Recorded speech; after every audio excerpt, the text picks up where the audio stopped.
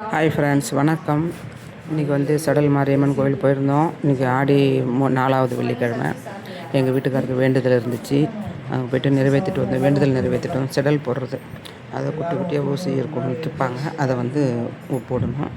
அதுக்கு முன்னாடி வந்து மாவிளக்கும் போட்டேன். மாவிளக்கு போடுறதுக்கு தேங்காய், பழம், வெத்தலைப்பாக்கு, பூ, குங்குமம், மஞ்சள், நெய், விளக்கு ஏற்றுறதுக்கு எண்ணெய், 5 குட்டி எண்ணெய், முக்கூட்டி எண்ணெய், 5 குட்டி எண்ணெய் தெரியல, ஏதோ 5 மிக்ஸி எண்ணெய்னு சொல்லி சொன்னாங்க. அதை வாங்கிட்டு வந்தோம்.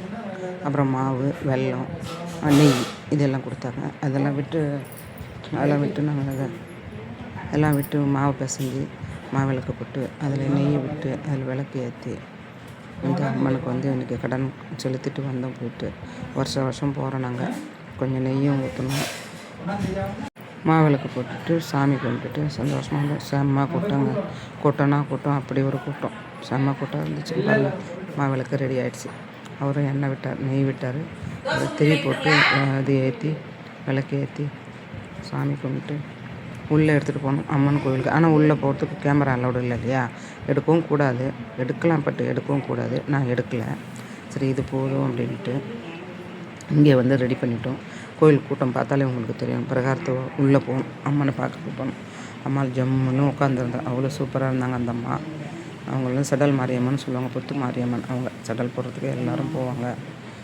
செடல் போட்டுட்டு கூட்டங்க யாருக்கும் தெரியுமே தெரில. குறிஞ்சிப்பாடி பக்கத்தில் உள்ளவங்க எல்லோரும் சொல்லுவாங்க. கடலூர் மாவட்டம் குறிஞ்சிப்பாடி இது.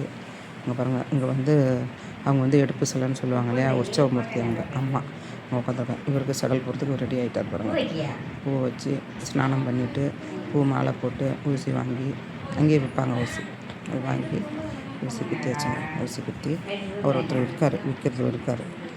ஊசி விற்கிறவர் போடுறவர் அவர்கிட்டே விட்டாச்சுங்க பாருங்கள்.